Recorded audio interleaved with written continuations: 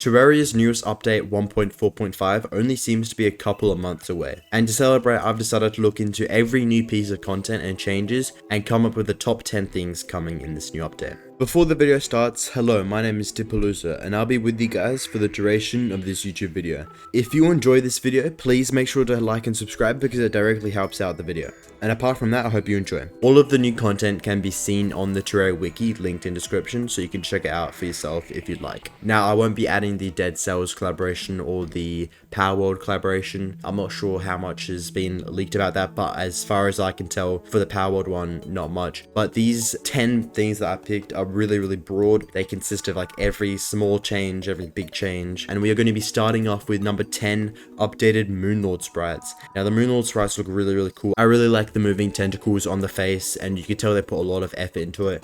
A little known fact, I'm pretty sure Senix is the sprite maker. She did take a whole month to making the original Moonlord sprite, which is really interesting. Obviously, it's a probably definitely the biggest boss, and all of the animations. A month is a long time, and I would like to see some more resprites throughout the game too. And I understand there are texture packs which do that all. There are so many cool texture packs respriting bosses and respriting pretty much everything in the game, and you know, resprites can only be so good, right? So this is why it's number 10. Moving on to number 9, hoppers. Hoppers are used to store and transport items, used maybe with conveyor belts, where it is in this video.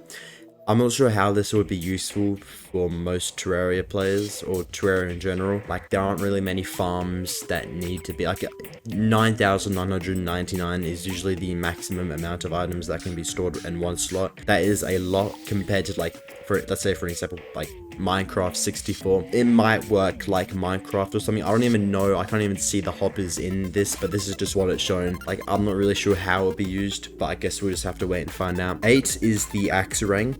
Now, it's a boomerang that cuts wood pretty much, and I really do enjoy these Terraria items that are quirky and have unique uses to them. You know, many Terraria weapons and many Terraria items that have, you know, cool abilities, cool uses. There is a new fertilizer being introduced in the game that makes trees grow longer, I'm pretty sure. So this would be really cool for like farms, like wood farms or something. Yeah, I just imagine it being used just to instantly clear out trees, and it would be really satisfying to see. Continuing with number 7 is liquids being stored in bubbles. Players put buffs like the honey buff in their arenas by using bubbles. They can store liquids and you can move through the bubbles, but obviously you do slow down and it doesn't really look the coolest. But now introducing the new liquids being able to be stored in bubbles, it would make it a lot easier and seamless to put in your arenas. Also, like, you know, just look cooler. And there might be something else to it, or like maybe other functions, because I don't really understand why you would need maybe shimmer, water, or lava being stored in bubbles. It doesn't really make any sense, to be honest. Maybe there's more,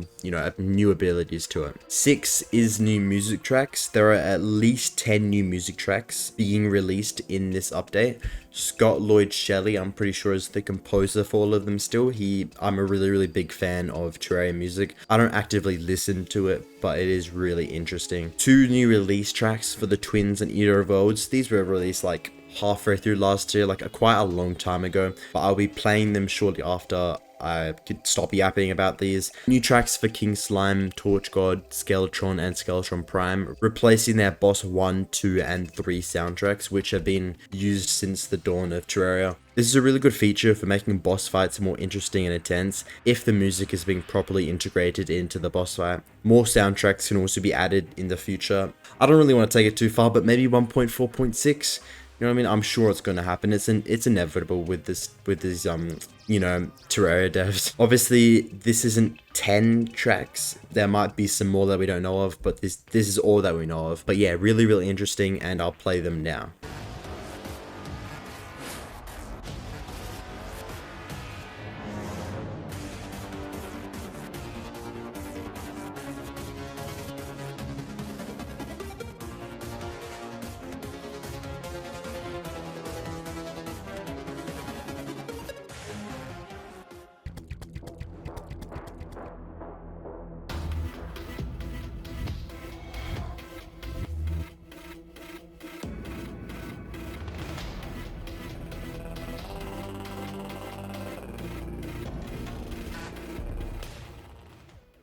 They are really good tracks, to be honest. Number 5, roller skates. Use of placing like platforms and I think minecart tracks too.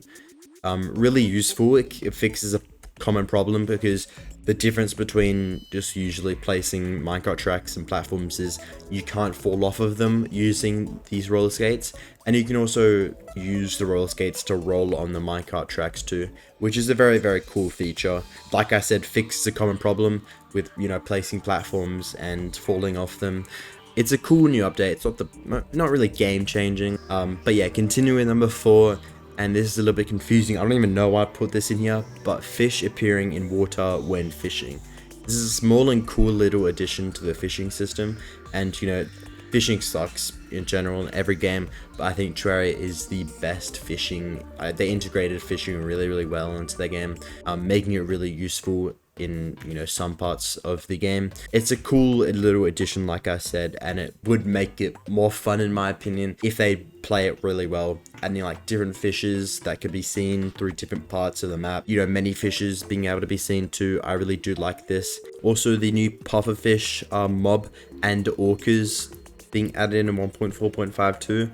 I'm not exactly sure, but they are like fish items. Cool, just thought I'd mention that. Number 3, now this is when it gets really big. Number 3, multiplayer spectates after dying. This is, like the others, a really good change that makes it more exciting for people who have died boss fights, allowing players to have a better understanding as to what's happening in the boss fight and can help on the sideline. More interesting dynamic layers to the game too, and also at the end of every boss fight there will be a damage ranking for the boss and the amount of time it took to kill the boss. So it will be the percentage, the amount of damage, and who did the damage on like a leaderboard. And this is obviously for multiplayer, but this is really cool. I really do like this. Sendic sucks. Just want to mention that. No, but this is really cool. It makes it more competitive too, if you have really competitive friends. This might make it easier to kill bosses too, if there is more competition to it. And I really do like this change. Anyways, going on to number 2, there are so many new whips getting added. It's a very good addition for the summoner class. New whips for all stages of the game too. There is a Crimson Corruption one. There is a Duke Fishron one. Let me just look. There is a random white one, which apparently is post Moonlord or something. And there is a Molten one. Now these sprites, I'm not sure exactly going to be like in the game. I'm not sure how much damage they do. There are no information on the stats of it. But nonetheless, it is a really good indication, a really good, maybe like a buff for the summoner class. Helps summoner become more of an accessible class to pick up. And I really do fuck with that new change.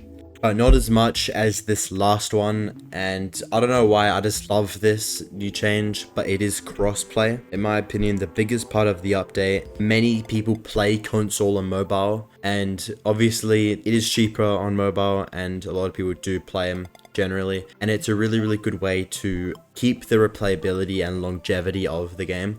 You know, I know some people who might be on console, might be on mobile, and I'm not sure if it's just with those two. I'm honestly not even sure. Hopefully it's with all 3 major ones, console, mobile, and PC. But even if it isn't, I mean, you know, console and mobile will be they'll be good to, you know, be able to play together. It connects all Terraria players together, obviously, unless it doesn't do PC, but I haven't heard about that, to be honest. But yeah, I think crossplay is something that Terraria's been missing out on for a long time. And the fact that they're working on it and going to be releasing it this new update is a very good sign. Now, these are all of the 10 things that I've picked. If you have any, you know, differing opinions, make sure to let me know in the comments. If you want to complain that I didn't add something else, you can check the link of all of the new upcoming changes. None of this is confirmed, but I'm pretty sure Terraria has a good track record of leaking things and actually adding those things. I'm not 100% sure though. Thank you guys so much for watching, and I'll see you in the next video.